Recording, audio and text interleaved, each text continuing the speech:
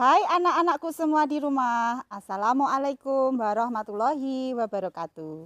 Berjumpa lagi dengan Bu Umi pada kesempatan kali ini akan membawakan cerita untuk kalian dengan judul cerita Batu Belah, Batu Betangkup. Dikisahkan pada zaman dahulu terdapatlah sebuah rumah di tepi hutan yang sederhana. Di dalamnya tinggal sepasang suami istri yang memiliki 2 orang anak. Anak yang pertama diberi nama si sulung, kemudian anak yang kedua biasa dipanggil si bungsu. Rupanya mereka berdua ini adalah anak yang tidak berbakti kepada kedua orang tuanya dan memiliki sifat yang ceroboh. Seringkali ibunya harus berbohong kepada sang ayah demi untuk menutupi kesalahan kedua anaknya tadi. Sehari-hari sang ayah bekerja di ladang untuk mencukupi kebutuhan mereka. Pada saat hasil ladang tidak mencukupi, maka ayah akan pergi ke hutan untuk berburu, sekedar mencari binatang buruan. Jika beruntung, maka sang ayah akan mendapatkan kerbau yang gemuk ataupun rusa yang besar. Tetapi jika tidak, maka dia hanya akan mendapatkan siput dan belalang. Siput-siput itu disimpannya di dalam kotak. Demikian juga dengan belalang disimpan di dalam kotak. Kemudian kotak-kotak tadi diletakkan di dalam lumbung padi mereka.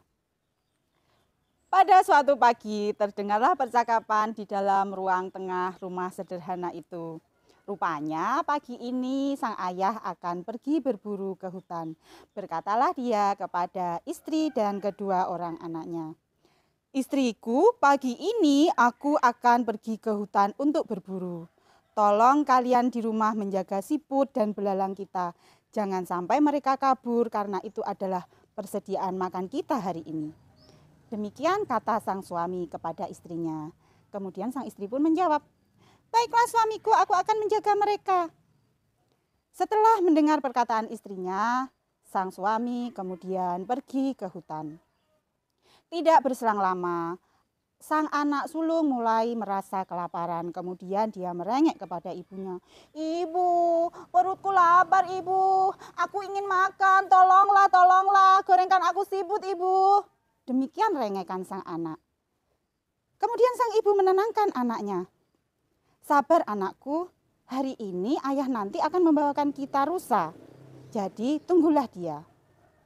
Mendengar perkataan ibunya, anak sulung kemudian tenang, tetapi tidak berlangsung lama. Ganti sekarang anak bungsu yang merengek. Ibu, ayolah, aku lapar sekali, perutku sakit, ibu sakit. Tolong gorengkan aku, siput dan belalang ya. Demikian rengek sang anak bungsu. Karena merasa kasihan kepada kedua orang anaknya, maka sang ibu mempersilakan anaknya untuk mengambil beberapa siput dan belalang. Berkatalah sang ibu kepada kedua orang anaknya tadi. Baiklah anakku, sekarang kalian boleh mengambil siput dan belalang di lumbung. Tapi jangan lupa kalian tutup kembali kotaknya supaya mereka tidak kabur. Demikian kata sang ibu. Dengan tergesa-gesa, kedua orang anak tadi pergi ke lumbung untuk mengambil siput dan belalang. Dibukalah lumbung padi dengan lebar. Kemudian mereka menuju ke kotak siput. Di depan kotak siput, anak itu kemudian membuka kotak siput dan mengambil beberapa siput, tetapi terlupa untuk menutup kembali. Selanjutnya, kedua anak tadi menuju ke kotak belalang. Dengan ceroboh sekali mereka membuka kotak belalang. Anak-anak tentu tahu bukan bahwa belalang bisa terbang. Karena terbuka sangat lebar, maka sang belalang semuanya terbang tanpa tersisa satu pun belalang. Akhirnya kedua anak tadi merasa takut karena sudah membuat semua belalang kabur. Karena ketakutan dan panik, kedua anak tadi akhirnya meninggalkan lumbung tanpa menutupnya kembali menuju ke dapur di mana ibu mereka sedang menunggu untuk memasak siput dan belalang. Kedua anak tadi juga tidak mengatakan kepada ibunya semua apa yang sudah terjadi di dalam lumbung. Dan tak lama kemudian, sang ayah tiba dari hutan. Rupanya hari ini sang ayah sedang tidak beruntung karena sama sekali tidak membawa binatang buruan. Bahkan satu ekor siput ataupun seekor belalang pun tidak bisa dia dapatkan. Kemudian sang istri bertanya kepada suaminya, "Suamiku, kenapa wajahmu murung hari ini dan di mana binatang buruannya?" Kemudian sang suami pun menjawab, "Maafkan aku istriku, hari ini aku tidak beruntung, aku tidak mendapatkan seekor pun binatang buruan. Karena aku hari ini sudah lelah dan lapar, tolong ambilkan aku beberapa siput dan belalang dan masakkan untuk makan kita bersama kali ini." Demikian kata sang suami. Tanpa berpikir lama, akhirnya sang istri pun menuju ke lumbung. Betapa dia terkejut di sana karena ketika sampai di depan pintu lumbung, pintunya terbuka. Kemudian secepatnya dia lari menuju ke kotak siput.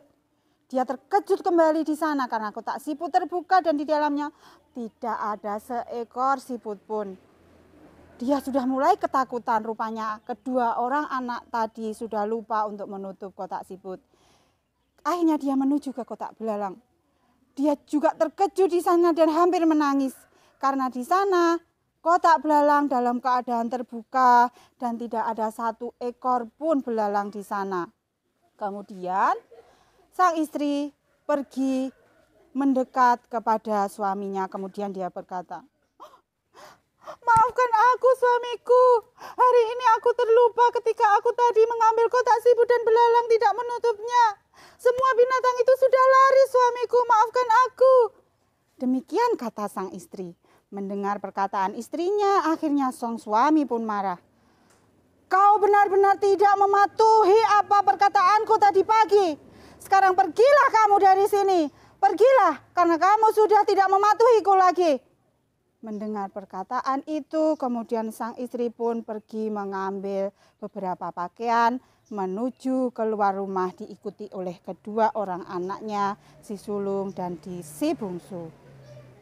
Dia berjalan tak tentu arah dan sampailah dia di sebuah batu yang besar.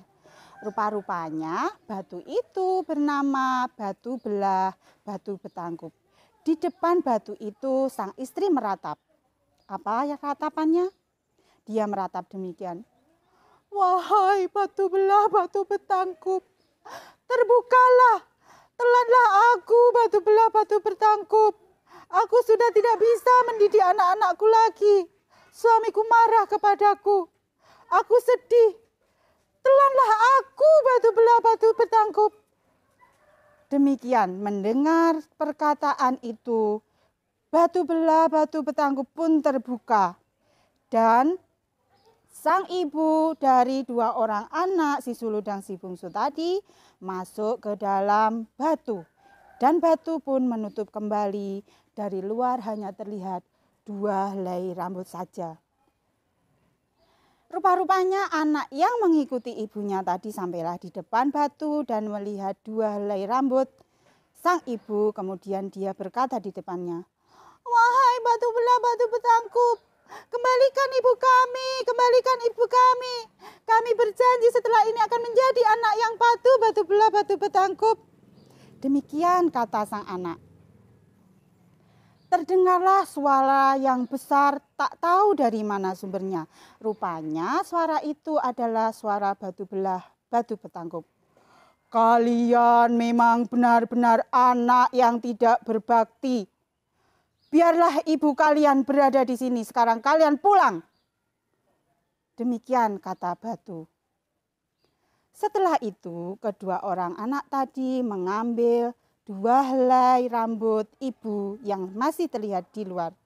Dan mereka pun berkata demikian, "Ibu, 2 helai rambut ini akan menjadi kenangan kita, Ibu.